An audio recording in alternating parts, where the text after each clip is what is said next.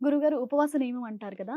అంటే ముందు రోజు అంటే ఈరోజు ఏదైనా పండగో, ఏదైనా పర్వదినం అయ్యుండి మహాశివరాత్రి ఏదో ఒకటి అయ్యుండి, ఆ రోజు ఉపవాసం చేయాలనుకునే వాళ్ళు ముందు రోజు రాత్రి అల్పాహారం తీసుకోవాలి అంటారు. ఇది నిజమేనా? అలాగే చేయాలా? ఉపవాసానికి అర్థం తెలుసా అమ్మా? ఉపవాసించడం అంటే ఏంటి? కడుపుని కా మార్చేయటం, ఎండగట్టేయటం, ఏమీ కాదు. తినకుండా ఉండటం హ్మ్. కదా! కాదు కదా! ఆ! భగవంతుడికి దగ్గరగా ఉండడం. హ్మ్. అంటే హిందూ ధర్మాన్ని పక్కన పెడితే హ్మ్. ఆయుర్వేద శాస్త్రం హ్మ్. లంకణం పరమౌషధం అని చెప్పింది. హ్మ్. అంటే ఎందుకు నువ్వు భగవంతుడిని ఆరాధించాలి? ఎందుకు ఆరాధిస్తున్నావు అంటే హ్మ్. లౌకికమైనటువంటి వాంఛలు తీర్చుకోవడానికి హ్మ్. కదా! హ్మ్. నీకేవో కోరికలున్నాయి. ఆ కోరికలు తీర్చుకోవడం కోసం ఉపవాసం చేస్తే, ఈ పూజ చేస్తే హ్మ్.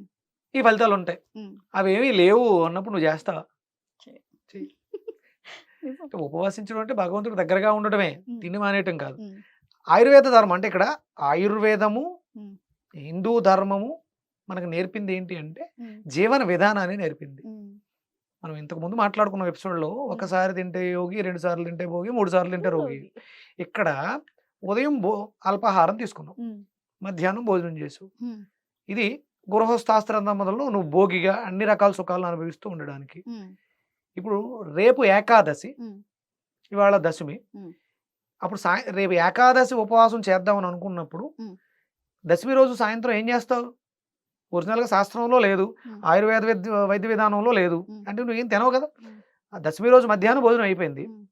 అయిపోయిందింక. హ్మ్. ఏకాదశికొచ్చేసావు. హ్మ్. ఏకాదశి ఉపవాసం ఉంది కాబట్టి ఏకాదశి రోజు ఏం చేస్తావు? ఉదయం అల్పాహారం కూడా లేదు. హ్మ్. మధ్యాహ్నం భోజనం లేదు. హ్మ్.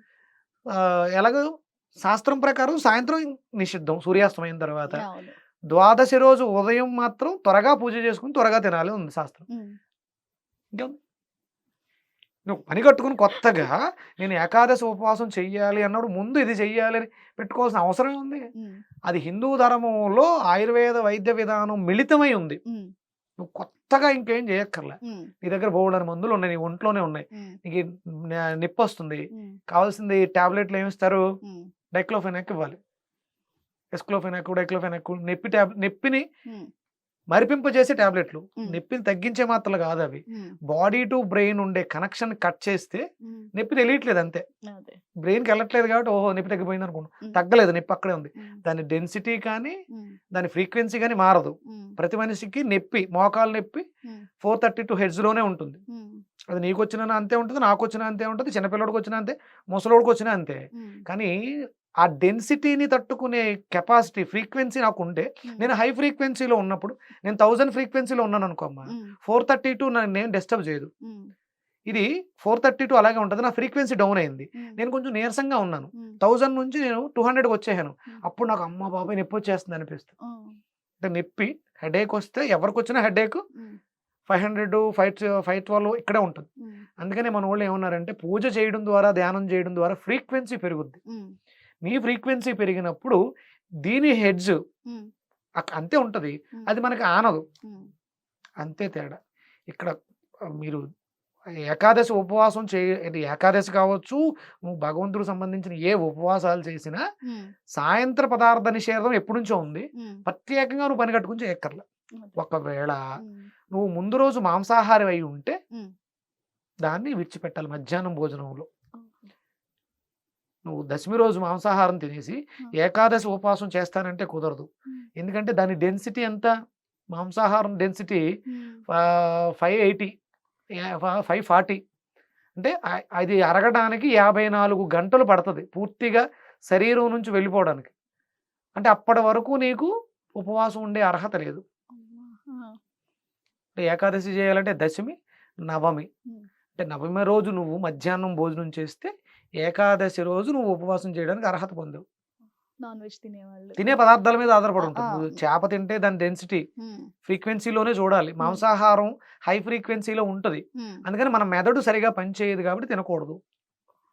మనం ఉండే ఫ్రీక్వెన్సీ మీద ఆధారపడి ఉంటది. అది ఫ్రీక్వెన్సీ ఎందుకంటే ఇప్పుడున్నటువంటి యూత్ హ్మ్. సైంటిఫిక్‌గా మాట్లాడతారు కాబట్టి హ్మ్. హెడ్స్‌లు, హ్మ్. సౌండ్ సిస్టమ్ మీద ఆధారపడి ఉంటది. హ్మ్. ఇప్పుడంతా శబ్దమే. హ్మ్.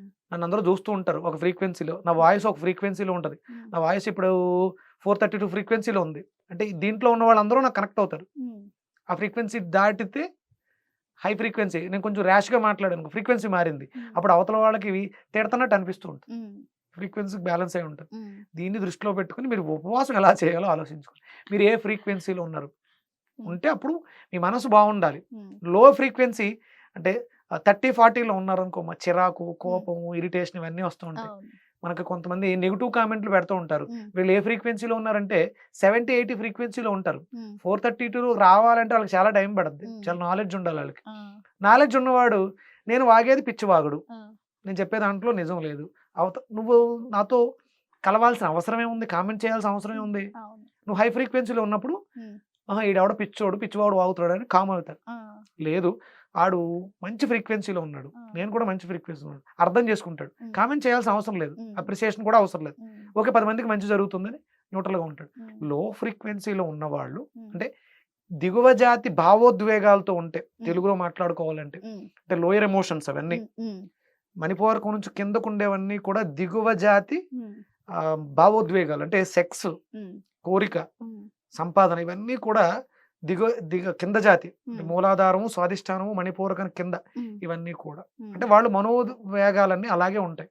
హై ఫ్రీక్వెన్సీ అంటే అనాహతము, విశుద్ధి, ఆజ్ఞ, సహస్రారం, ఇది డివైన్. భగవంతుడు ఎలా ఆలోచిస్తాడు, కింద ఉన్నవన్నీ దిగువ జాతి, పైన ఉన్నవన్నీ డివైన్ ఎనర్జీతో కనెక్ట్ అయి ఉంటాయి. దానికి తగ్గట్టు మనం ఉపవాసం చేయాలి.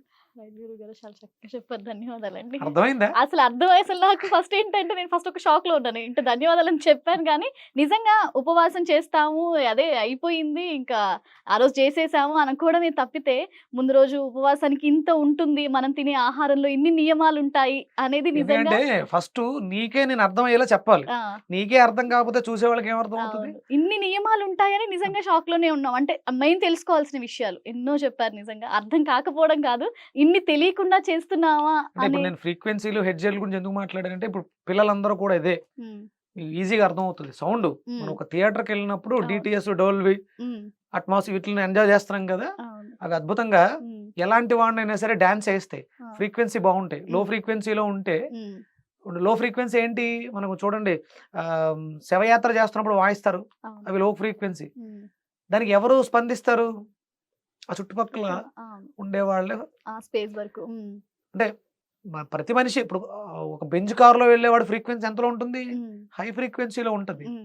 వాడు వీటికి స్పందించిన కంట్రోల్ చేస్తాడు, నేను చేయకూడదు, అదే ఫ్రీక్వెన్సీ, అదే మనిషిని నడిపిస్తుంది. ఫ్యూచర్ అంతా దీని మీద ఉందమ్మా. ఇప్పుడు మనం ఒక కొత్త యుగంలో ఉన్నాం. మొన్నటి వరకు అది మీనయుగం, ఇప్పుడు ఇది కుంభయుగం. కుంభం అనగానే సైంటిఫిక్, శని ప్రభావం అధికంగా ఉంటుంది. ఫ్యూచర్ అంతా చూడండి సైన్స్ మీదే ఉంటుంది.